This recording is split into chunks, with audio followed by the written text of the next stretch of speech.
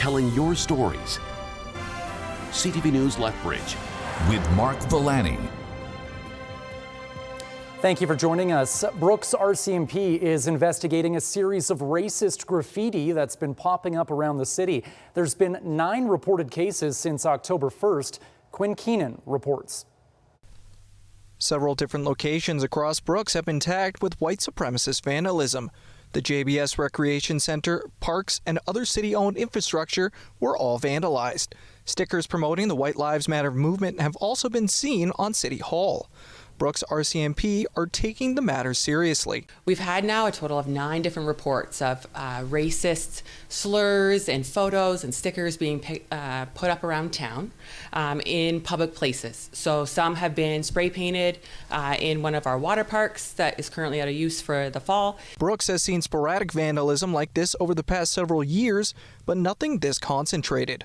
Officers say they are disappointed to see this sort of activity in their community. Personally, it's very difficult to see it because I know a lot of these individuals who are here working in our community to make our community a better place and make it home for their own families.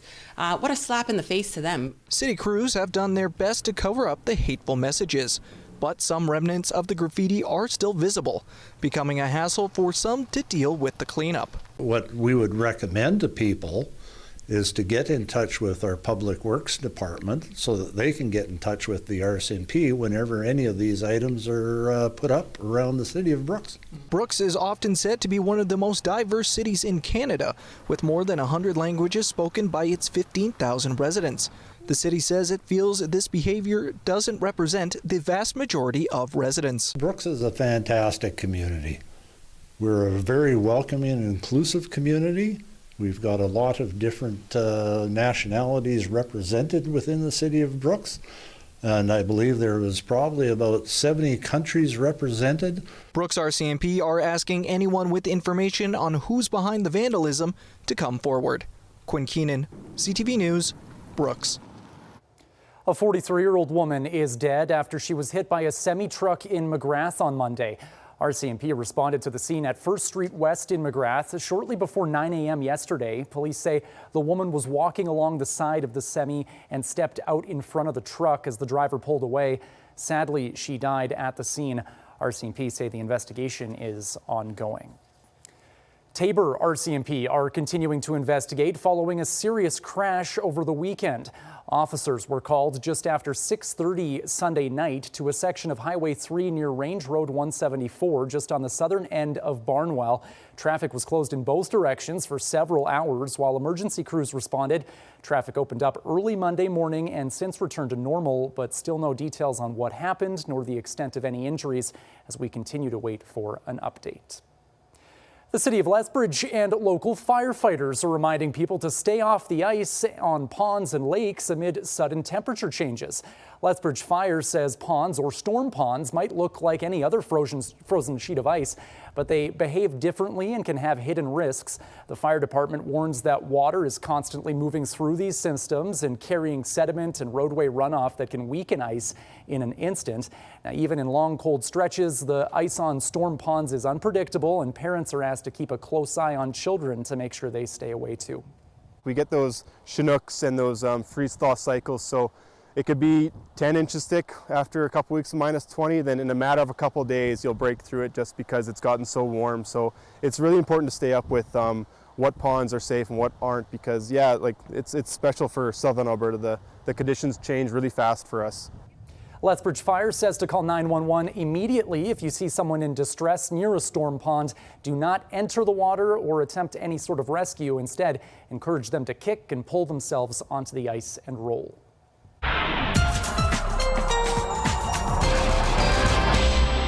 Danielle is in now with a first look at weather. Looks like some milder temperatures before a bit of a deep freeze later this week. Correct, Mark. Yes, things will warm up for about a day for most communities. And then, oh boy, is it going to be chilly. Also windy conditions. We're also going to add 10 to 15 centimeters of snow later this week in some communities, Lethbridge included in that. All right, let's check out the graphics because I do want to show you that it has been fairly gusty today. 67 was the max wind gust in Pincher Creek, 70 in Lethbridge, and mid 60s for Medicine Hat, 81 in Calgary. It will continue to be windy over these next couple of days. We'll talk more about that in just a little bit. But here's a look at some mild temperatures. You can also see much colder temperatures off to the north. That will start to filter in later this week. But for now, we're at 5 degrees in Pincher Creek, 6 in Lethbridge, -2 in Medicine Hat, although it does feel like -8 because it is quite windy. More details coming up. Mark. Thanks, Danielle. Federal Conservatives are forcing a vote in the House of Commons this afternoon as they push for federal support for a new West Coast pipeline. The motion calls on MPs to take note of the Memorandum of Understanding between Alberta and the feds. That means any division inside the Liberal caucus would become apparent. The motion takes language directly from the MOU to call for an adjustment to the oil tanker moratorium. But according to the Liberals, it leaves out parts of the MOU dealing with industrial carbon pricing, Indigenous ownership, engagement with BC, and the need for a private proponent. If it's a yes vote, it might look like we don't take seriously our, requirement to consult with BC and First Nations. And if it's a no vote, it might look like we're not serious about the pipeline. So this, let's take it to a meta level. He knows what he's doing. Both of those situations, either a yes or a no vote, makes the pipeline less likely. The Prime Minister is a serious man for a serious moment. The Leader of the Opposition is not, and he's playing political games. Conservatives amended the motion, but it still doesn't mention industrial carbon pricing. Ultimately, the motion and any amendments are non-binding. Well, with the holidays fast approaching, many families are looking to enjoy traditional wallet-friendly meals. While grocery prices continue to rise, food experts say you don't need premium ingredients to have a Christmas dinner. Carson Marsouk has more on ways to save this holiday season. With Christmas less than 2 weeks away, now is the time to plan a shopping list and watch for weekly sales. Don't just walk into the grocery store and just think that I'll grab this, this, and this. Make yourself a menu, make yourself a plan. Chef Mark Deezer says check weekly flyers to see what's on sale and off-brand products to help stretch food dollars. In-season stuff here, roots, vegetables, things like that. Carrots, broccolis, turnips, rutabagas, squash, it's all great right now to enhance those dishes. He says don't be afraid to move away from the traditional staples and have chicken instead of turkey and ham. Going back to maybe old traditional ways as well, maybe more canned products that we've canned in the fall from harvest, and then using those in these dinners as well. In 2025, grocery prices increased between 3 to 5%, with products like beef and chicken seeing the biggest jump. Easiest way, I think, is to have everybody bring something. That is your biggest cost savings there. Plan it out and make sure everybody knows what they're bringing. Using bones from turkeys or hams to make soups and stews is also encouraged to save money. She says to gain inspiration, use recipe from cookbooks or the internet. A lot of students will bring in recipes and be like, hey chef, will this work? And it's like, okay, did you read the reviews? How are they? And what did they tweak? What did they add, right? Because nothing's perfect and you can always put your own spin on things. She says when in doubt, trust yourself. Christmas is more about who's around the table than what's on the table. Carson Marsouk, CTV News, Lethbridge. Calgary International Airport is promising smoother holiday travel with the opening of a new security checkpoint. Tomorrow morning, centralized screening will be open for the domestic terminal at the airport. The airport says the 7 lanes of security checkpoints will improve capacity by 40%. The timing of the opening is key, as many families will be traveling over Christmas. It's a fantastic experience for the travelers to be able to open this up for Christmas, because again, you've got a lot of people that only travel maybe once a year. You've got young families that are coming through to visit relatives, go on vacation. And what we're doing with this investment is making it easier and removing anxiety. It's going to be a great experience coming through here. Phase 2 of the improvements will be added near the end of the next year. The old domestic terminal security areas will be transformed into new retail spaces and washrooms. Corb Lund's petition asking for new coal mining to be prohibited in the eastern slopes of the Rocky Mountains is now approved. The legislative proposal was given the green light this week. Corb Lund has a week to appoint a chief financial officer. Following that, Elections Alberta will post the requirements for a successful petition. Lund is expecting to have 4 months to collect 177,000 signatures, but says he would like to get an overwhelming response to send a clear message to the province. A volunteer from Lethbridge has been named the recipient of the 2025 Stars of Alberta Volunteer Award for her work. Every Tuesday for more than 2 decades, Grace Couturier has arrived at the Lethbridge Police Service detachments, ready to serve in her role as crisis support worker with the LPS Victim and Witness Services Unit. Now, she provides crisis support, information on court processes, and community resources to those in need. Couturier was nominated by the unit's manager, Catherine Pooley, for her 25 years of service and more than 18,000 hours contributed. Since its inception in 2000, the Stars of Alberta Volunteer Awards program has now honored 171 volunteers for their service and dedication. Well, it's an historical medical achievement thanks to a surgeon right here in Alberta. Still ahead, we tell you how it's a first-of-a-kind technology used for kidney transplant.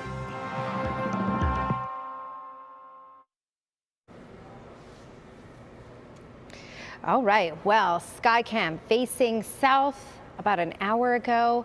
Some clouds in the distance, and yeah, more clouds are on the way for later this week. A significant snowfall is on the way for later this week, and much colder temperatures on the way for later this week. So yes, don't be mad at the messenger. Here we go. Let's talk about this. 5 degrees is the high in Calgary. So what we are dealing with right now is warmer temperatures in southern Alberta, in BC. Outside of that, check out the temperatures across the country. Yellowknife -23.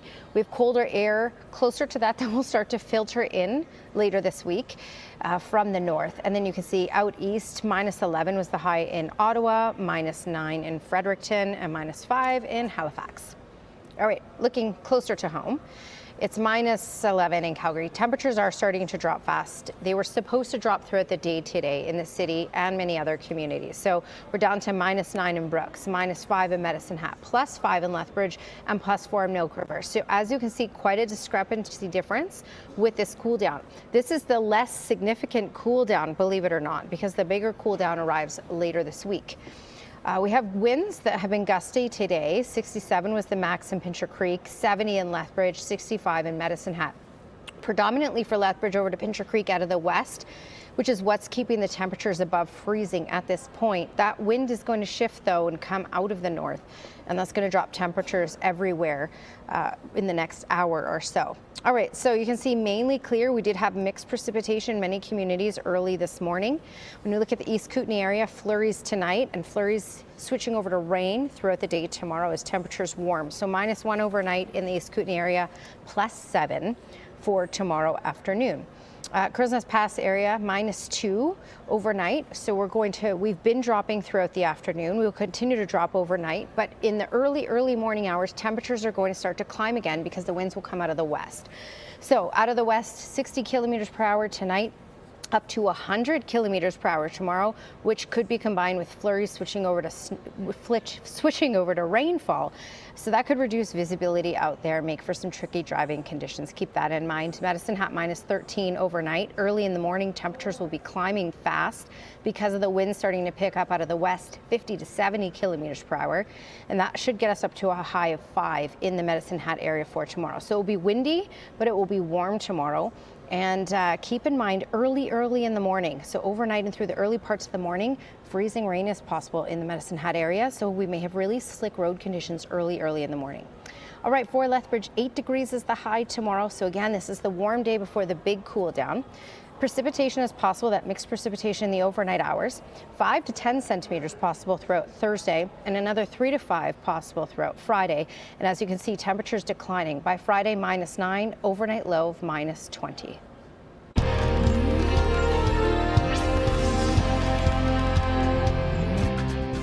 Fatal drug overdoses in Lethbridge are now down 80% this year compared to the same period last year. That's according to the latest stats from the Alberta government. 7 people in Lethbridge have died of drug overdoses so far this year, a significant drop from the 36 people from the same time last year, and an even bigger decline from the all-time record 91 deaths in 2023. This year's numbers are the lowest in Lethbridge since 2017. The news comes as a motion from Mayor Blaine Higgin was approved in a 7-2 vote earlier this month to close down the city's overdose prevention site and direct funds to support programs instead. The province is now reviewing that request and determining next steps. The Chinook Regional Hospital Foundation is announcing a major donation today of $100,000. The funds were gifted by Barb and Mac McLean as part of the Bringing Hearts Home campaign, a $30 million goal to enhance cardiac services and create a dedicated cardiac center of excellence at the hospital. The McLeans say they have deep roots in Lethbridge and they were inspired to give back to help future generations. Heart disease specifically touched Barb's family as both of her parents passed away from cardiac complications. An Alberta teen has become one of the first pediatric patients for a groundbreaking transplant surgery. As Miriam Valdez-Carletti reports, it changes how patients recover. 16-year-old Raiden Delaney has a lot to look forward to now that he has a new kidney. I get to eat like all the food I want. I get to drink all the fluids I want. All things possible after having a robot-assisted kidney transplant last month. Dump the remaining arms.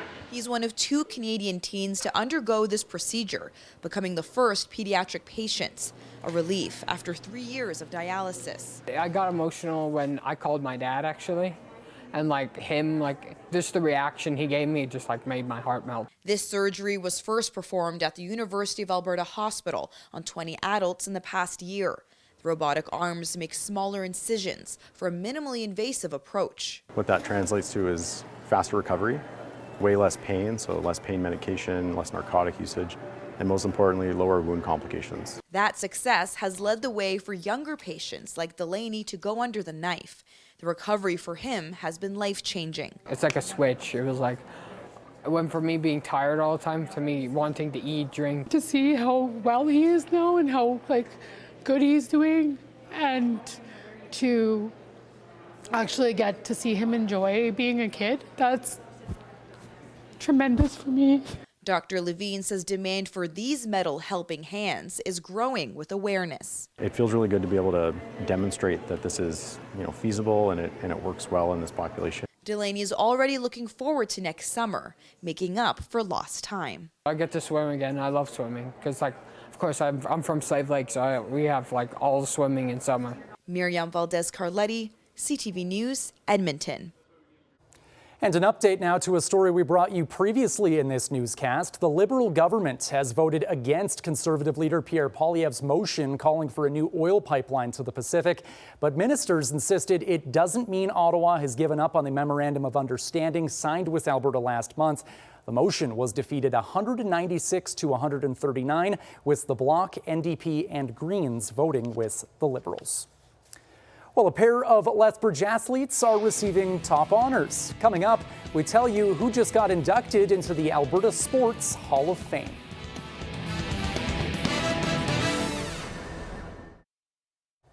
Two athletes from Lethbridge have now been named to the Alberta Sports Hall of Fame class of 2026. James Stacey launched his athletic career at the University of Lethbridge, where he became a 5-time weight throw champion. Stacey captured gold at the 2007 Pan American Games and made history at the 2008 Beijing Olympics as the first Canadian in 84 years to reach the hammer throw final. He went on to serve as Canada's captain and of their track and field team at the 2012 London Olympics, and he won gold at the Commonwealth Games just 2 years later. Now, multi-sport builder Dennis Allen is also inducted into the Hall of Fame. Allen spent time with the Lethbridge North Star fastball team, and he was inducted into the Lethbridge Sports Hall of Fame back in 2007. An induction ceremony for both will now take place in June. Dylan Dubé is signing a minor league deal with the AHL affiliate for the St. Louis Blues. The former forward for the Calgary Flames and one of 5 players acquitted of sexual assault in the 2018 Hockey Canada trial put pen to paper today. The signing means that all 5 of those players are now resuming their hockey careers and back with pro teams. The National Hockey League says it conducted its own investigation, announcing in September that these players would be eligible to sign with clubs on October 15th and begin playing December 1st. Dubé had 3 goals and 7 assists last season with Dynamo Minsk of the Russian Continental Hockey League. A meeting originally scheduled tonight for all of Alberta's local soccer organizations is on hold until further notice after developments in a courtroom this morning. The meeting was supposed to deal with the 5-year suspension of former Alberta Soccer Association President J.R. Figueiredo. He was suspended by the ASA board after a workplace harassment investigation concluded he made verbal threats about an employee, created a hostile work environment, and several other infractions. 4 soccer groups, including the Calgary Women's Soccer Association, wanted the suspension lifted, arguing the ASA didn't follow its own bylaws. Today, a last-minute agreement was reached in an Edmonton court to not hold a membership meeting until a court hearing can be held at a later date.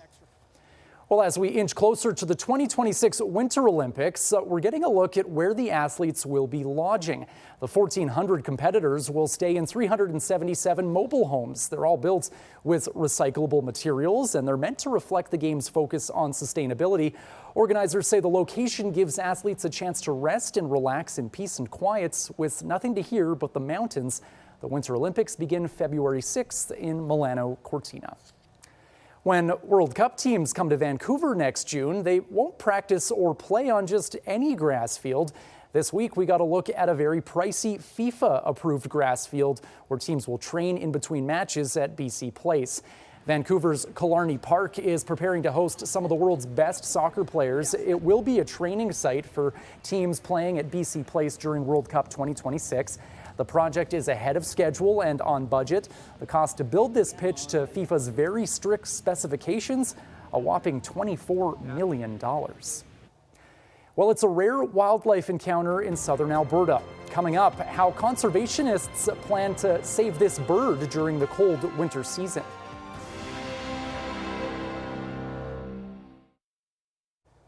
A rare visitor to Alberta is spending the winter at the Alberta Institute for Wildlife Conservation. A female Costa's hummingbird arrived at the clinic on November 13th after spending several days in a northeast Calgary yard. These desert birds are typically found in the American Southwest, usually no further north than Nevada. The clinic staff determined the tiny bird got lost and was unlikely to survive Calgary's winter weather. She needs a special diet, heat, and humidity to regain her strength. If you want to help her, consider donating to the clinic at aiwc.ca. The province says the number of camping spots reserved this year was up by 7%. In its year-end summary, Alberta Parks says more than 280,000 camping reservations were made this year. That's the highest level since 2021. All campground types had an increase in bookings. Bow Valley and Peter Lougheed provincial parks were the most visited, 81% of campers from Alberta. And the busiest month for Alberta Parks was August, with the August long weekend being the most in-demand weekend. Well, that's all the time we have for tonight. Thank you so much for sharing it with us. Now, here's the early edition of the CTV National News.